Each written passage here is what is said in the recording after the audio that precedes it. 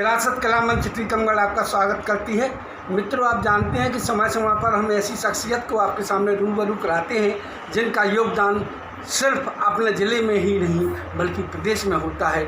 और मेरा आशय है आज हम आपको ऐसे शख्सियत से रूबरू करा रहे हैं जिनका नाम अखिल भारतीय साहित्य मंचों पर और कवि मंचों पर जाना जाता है। हमारा आशय है श्री सुरेंद्र कुमार शर्मा जी, सुमन जी के नाम से जो विख्यात हैं, आज हम आपसे उनसे रूबरू कराते हैं। आदरणीय शर्मा जी, नमस्कार भाई। शर्मा जी, मैंने सुना है कि आप अद्भुत रचना लिखती हैं जो कोई नहीं लिख रहा है। जैसे आपने गणित के क्षेत्र में आपने एक अद्भुत रचना लिखी है। जी। मैं चाहता हूँ कि आप रचना को सुनाएं। उसके पहले मैं आपसे जानना चाहता हूँ आप कहाँ से हैं और साहित्य में आपकी रुचि कहाँ से बढ़ी है? जी, मैं छतरपुर से हूँ जी। और बचपन से मुझे जो है मेरी माँ से प्रेरणा मिली। जी। मेरी माँ जो है वो 5वीं तक पढ़ी थी लेकिन तुकबंदी किया करती थी। जी। बचपन से मैंने उसे देखा, जी। उनको सुना। जी। जी। मुझे मन में एक प्रेरणा जगी जी कि मैं भी क्या ऐसा कर सकता हूँ, मैं भी लिख सकता हूँ। जी। बस धीरे धीरे माँ की ऐसी अनुकंपा हुई जी। कि लेखन कार्य में आगे बढ़ गया और अनवरत कलम चल रही है माँ की कृपा से। जी। जो आपने सबसे पहली रचना लगभग कितनी उम्र में लिखी हो? मैं कक्षा 7वीं में पढ़ता था। जी। 12 साल की उम्र थी। जी। जी।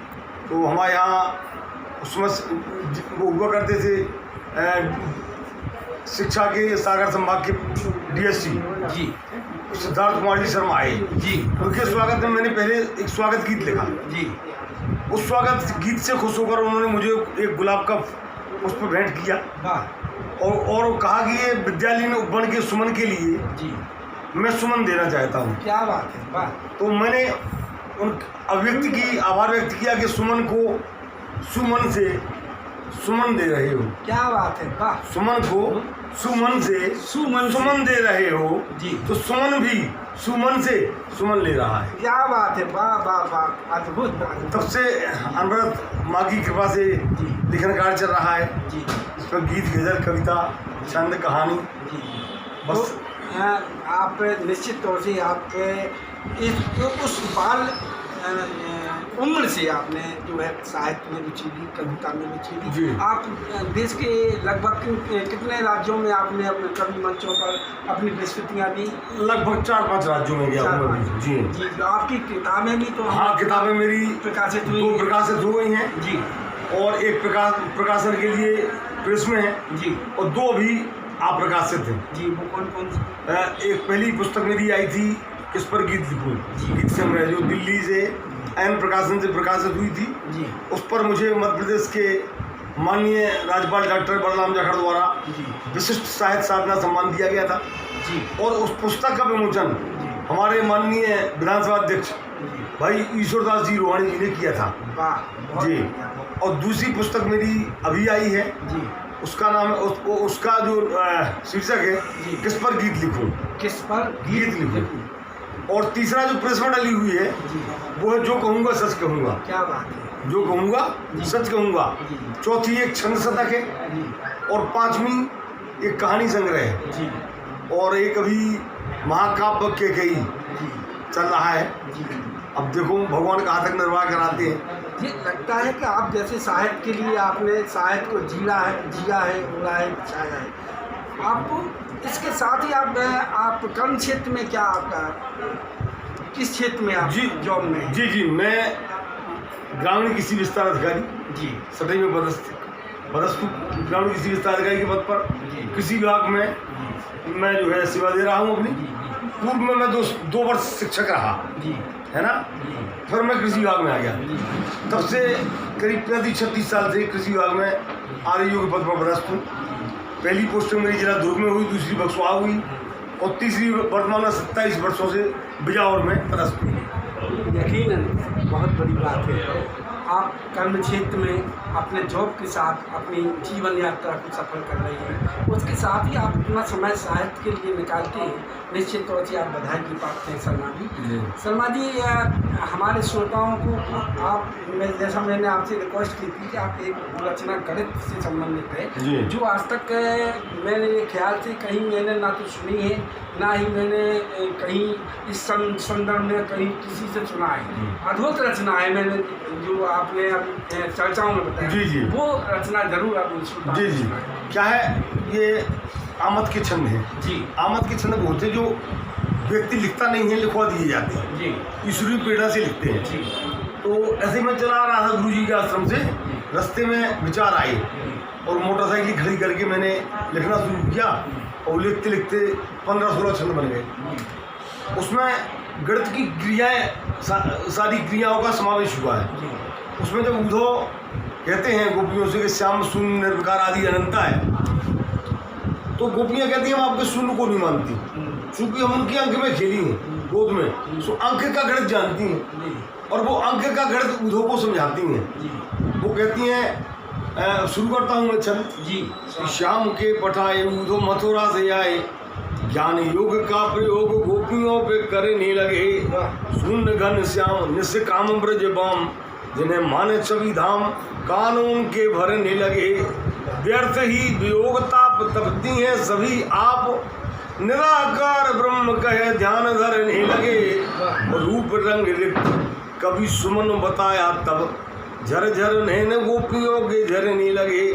और गोपियाँ कहने लगी कि आप श्याम जैसा रूप बनाकर आए हैं, कि श्याम सा अनूप रूप आप हैं बनाए हुए, शून्य का महत्व समझाने हेतु आए हो, किंतु हम अंक के गणित में ही लीन सदा, साधना के पथ से डिगाने हेतु आए हो। अब शुरू होती गणित।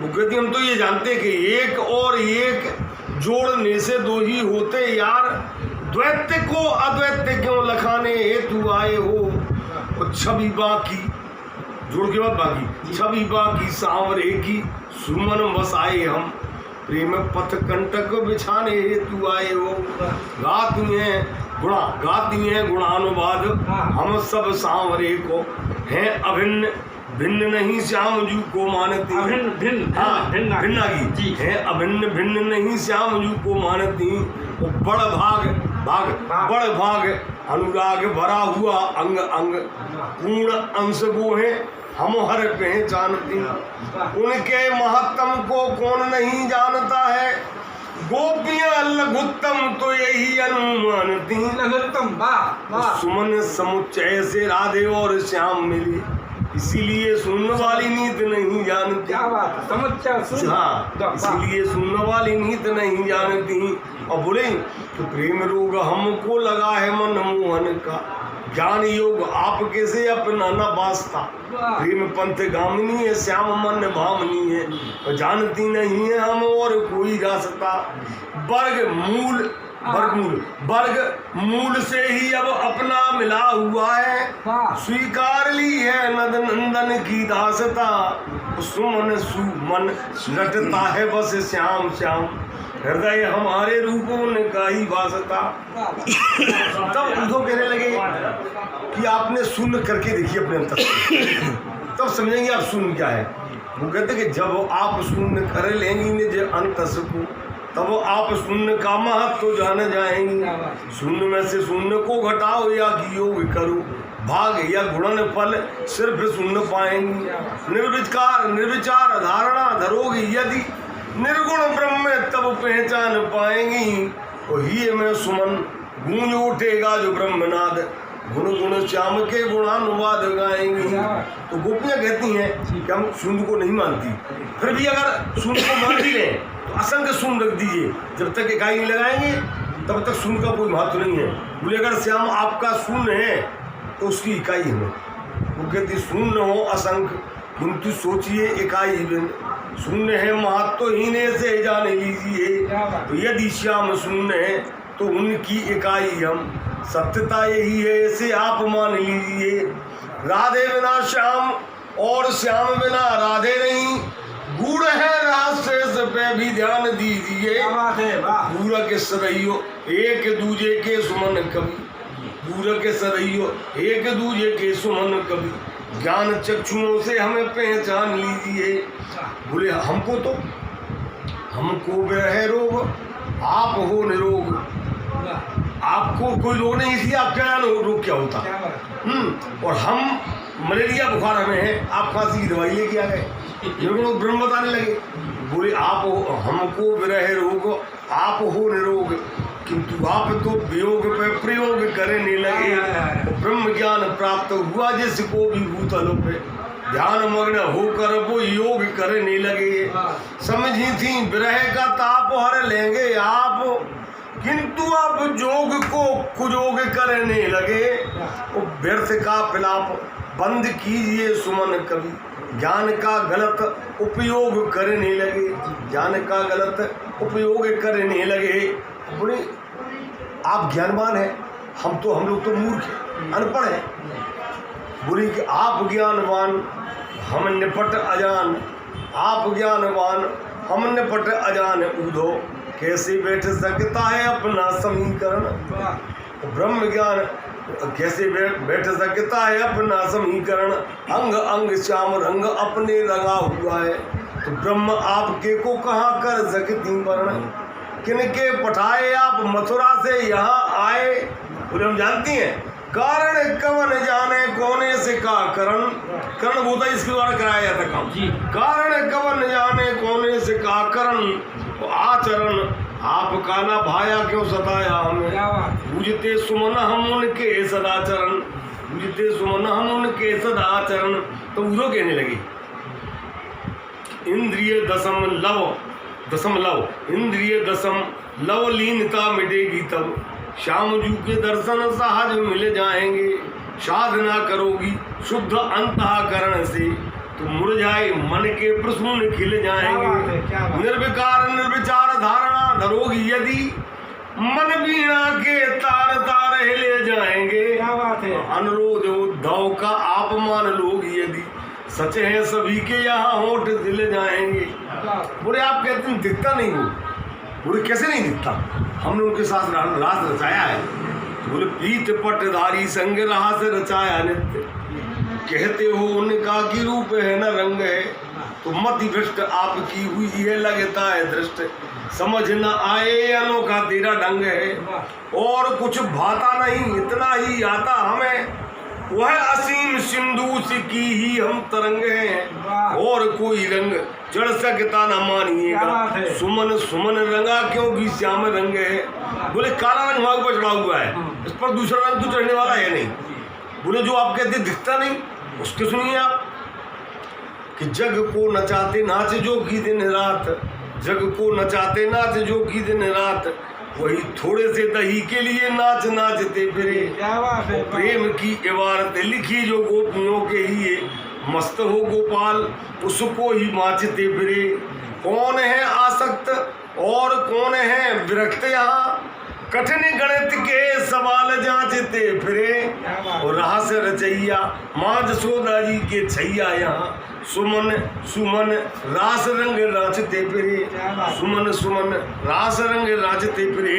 इस ढंग की ये छंद है, और भी है, काफ़ी लंबा है। यकीनन शर्मा जी छड़ छंद के बुंदेलखंड के जाने माने कवि हैं। अभी आपने सुना, इस तरीके की रचनाएं आज समाज के बीच नहीं आ रही हैं। समाज के बीच जो आलापन की, जो मनोरंजन की रचनाएं आ रही हैं, जो निश्चित तौर से हम कह सकते हैं कि श्रोताओं के हृदय में जो आनंद देना चाहिए वो नहीं देती। तो आज की नई पीढ़ी में आप रचनाकार दिख रहे होंगे जो सिर्फ मनोरंजन और चुटकुलेबाजी और व्यंग्य के क्षेत्र में, उनके लिए आप क्या कहना चाहिए? देखिए, वर्तमान में मंचों पर चुटकुलेबाजी रह गई है जी, और चुटकुलेबाजी में ही लोग समय व्यतीत करते हैं, जबकि उनको देश धर्म और समाज के लिए के हित में कुछ लिखना चाहिए। चुटकुलेबाजी कोई कविता नहीं होती जी, ये सहज, ये विदूषकपन है। इस प्रकार विदूषक होता है एक नाटक में जी, जिसे जोकर कहते हैं, तो ये जोकरपन है, वो अपना प्रेजेंट करते हैं। किंतु कविता करना और तलवार की धार पर चलना बराबर है। कविता होती है, जैसे एक गीत धूम है, मैंने एक गीत लिखा राष्ट्र हित में, देखिए आप, कि जहाँ से न्यारा अपना देश, प्राण से प्यारा अपना देश, सत्य अहिंसा परमो धर्म का देता संदेश। जहाँ से न्यारा अपना देश, प्राण से प्यारा अपना देश।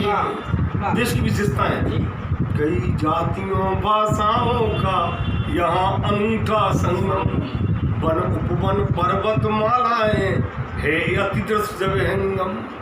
खान पान भाषा का जबकि भिन्न भिन्न परिवेश हमारा प्यारा भारत देश यहाँ से न्यारा भारत देश। कल कल कल सरिताएं बहती झर झर झरते झरने। कल कल कल सरिताएं बहती झर झर झरते झरने। उमड़ घुमड़ कर घनाते हैं यही सदा जल भरने। महावीर गौतम व्यास और प्रकट हुए अवधेश हमारा प्यारा भारत देश जहाँ से न्यारा भारत देश। यही गूंजती वेद ऋचाएं और शास्त्रों की वाणी। परा और अपरा विद्या की महिमा जग ने जानी। श्री कृष्ण ने भी गीता का यही दिया उपदेश जहाँ से न्यारा अपना देश प्राण से प्यारा अपना देश। यही धनंजय धर्मराज की धर्म ध्वजा फहरानी। यही कर्ण सा मित्र हो गया ऋषि दधीचि सा दानी। गिरि कैलाश रमाए धूनी। गिरि कैलाश रमाए धूनी रहते उमा महेश जहाँ से न्यारा अपना देश प्राण से प्यारा अपना देश। अंत मध्य के ऋषि मुनियों की तपस्थली यही विज्ञान प्रदाता। ऋषि मुनियों की तपस्थली यही विज्ञान प्रदाता। शुभ्र हिमालय हिम आच्छादित पावन गंगा माता। हुआ ज्ञान का सुमन यहीं से। हुआ ज्ञान का सुमन यहीं से जग में श्री गणेश हमारा प्यारा भारत देश जहाँ से न्यारा भारत देश। सत्य अहिंसा परमो धर्म का देता संदेश जहाँ से न्यारा अपना देश प्राण से प्यारा अपना देश। वंदे मातरम। इस तरीके की रचना की आवश्यकता देश में है, तभी देश में समरसता और देश के प्रति भक्ति भाव और देश की जो तस्वीर हमारे लोगों के हृदयांगम में प्रवेश कर सकती है।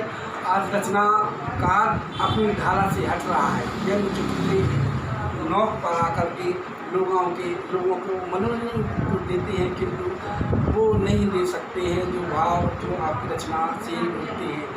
शर्मा जी आपने बहुत ही अच्छी रचना सुनाई। जी भाई। टीकमगढ़ में आप आए, विरासत कला मंच को आपने समय दिया, इसलिए हम आपके प्रति बहुत बहुत आभार व्यक्त करते हैं। श्रोताओं, आपको हमारा यह कार्यक्रम कैसा लगा कृपया कमेंट जरूर दें और आपसे आग्रह है कमेंट दे करके हमारे प्रोग्राम को प्रोत्साहित करें। धन्यवाद।